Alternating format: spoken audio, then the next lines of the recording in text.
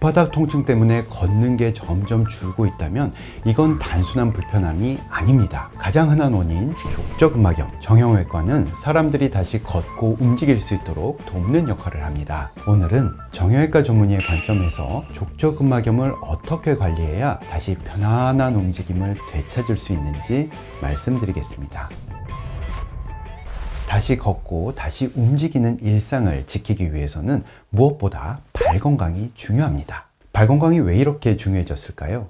요즘은 수명이 정말 많이 길어졌죠. 100세 시대라고들 합니다. 그런데 문제는요, 우리의 발은 100년을 쓰라고 만들어지지는 않았다는 거예요. 보통 50세 전후부터 발에 문제가 하나 둘씩 생기기 시작하는데, 그렇게 되면 그 아픈 발을 가지고 앞으로 30년, 40년, 또 50년을 더 살아가야 하는 겁니다. 이빨은요, 임플란트라도 있죠. 하지만 발은 대체가 안 됩니다. 그래서 요즘은 이빨보다 발이 건강한 게 오복이다.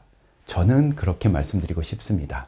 족저근막염, 정확히 어떤 병일까요? 병원 가면 발바닥 아프다고 했을 때 가장 많이 듣는 진단명이 바로 족저근막염입니다. 발바닥에는 족저근막이라고 하는 두껍고 질긴 섬유 조직이 있습니다. 발의 아취를 유지해주고 우리가 걸을 때 바닥을 힘차게 밀어낼 수 있게 도와주는 아주 중요한 역할을 하죠. 그런데 이 족저근막이 버티다 못해 조금씩 미세하게 찢어지면 염증과 통증이 생기는데, 그게 바로 족저근막염입니다. 족저근막염이 생기는 진짜 이유, 족저근막염이 생기는 가장 중요한 원인은 딱 두 가지입니다. 첫째는 스트레칭을 안 하고 살아서이고, 둘째는 발바닥 근육이 약해져서입니다. 나이가 들수록 근육과 힘줄은 점점 뻣뻣해지고 약해집니다. 부드럽고 유연한 조직은 고무줄처럼 잘 견디지만 뻣뻣해진 조직은 종이처럼 쉽게 찢어지게 되죠. 그리고 발바닥에는 족저근막 바로 위에 풋코어 근육이라고 하는 아주 중요한 근육들이 있습니다. 이 근육들이 튼튼해야 체중을 같이 나눠서 버텨주는데, 근육이 약해지면 그 부담을 고스란히 족저근막이 다 떠안게 되는 겁니다.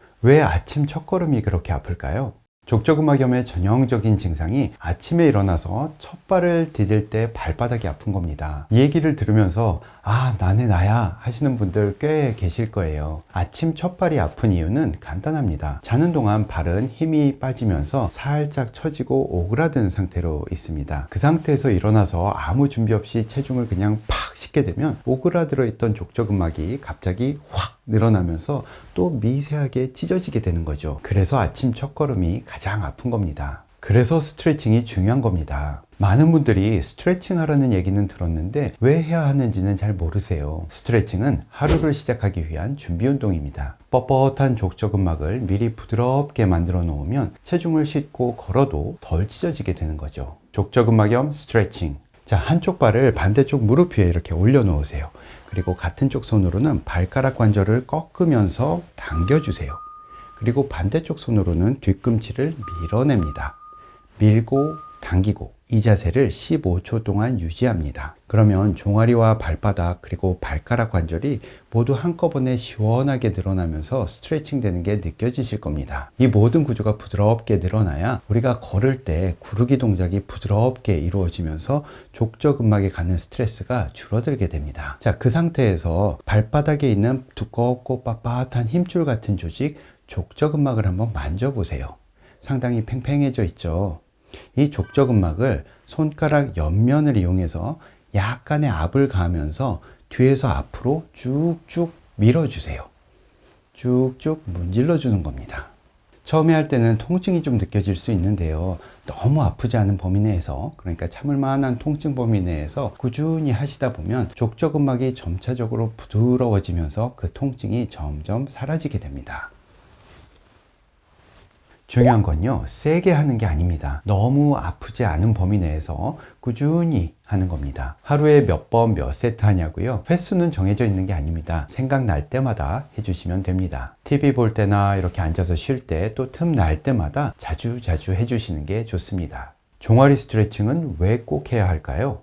족저근막염이 있는 분들은 반드시 종아리와 아킬레스건 스트레칭을 같이 해주셔야 합니다. 종아리가 뻣뻣하면 발목이 잘 젖혀지질 않고 발바닥이 과도하게 늘어나는 힘을 받기 때문에 족저근막이 찢어지기 쉬운 환경이 됩니다. 쉽게 말해서 종아리가 발바닥을 괴롭히는 겁니다. 실제로 족저근막염이 잘 안 낫는 분들 보면요, 발바닥보다 종아리와 발목이 더 굳어 있는 경우가 참 많습니다. 저랑 같이 한번 해보실까요? 자, 이렇게 누운 자세에서 한쪽 다리를 들고요, 두 손으로 깍지 껴서 허벅지 뒤쪽을 딱 받쳐주세요. 그리고 무릎을 완전히 펴고 그 다음에는 발목까지 확 젖혀서 발가락은 나를 향해서 당기고 발 뒤꿈치는 천정을 향해서 높이 밀어내세요. 그 상태로 천천히 호흡하면서 15초를 버팁니다. 이 운동은 햄스트링과 종아리 그리고 아킬레스건이 동시에 시원하게 스트레칭 되는 아주 좋은 운동입니다. 자, 허벅지 뒤쪽의 햄스트링과 종아리 그리고 아킬레스건을 한꺼번에 시원하게 풀어주는 운동입니다. 이렇게 두꺼운 책이나 발판 위에 한쪽 앞꿈치를 올려놓으세요. 그리고 골반이 앞쪽으로 나가지 않도록 뒤에 딱 잡아주신 상태에서 고관절을 굴곡시키면서 손을 뻗어서 발가락을 잡아주세요.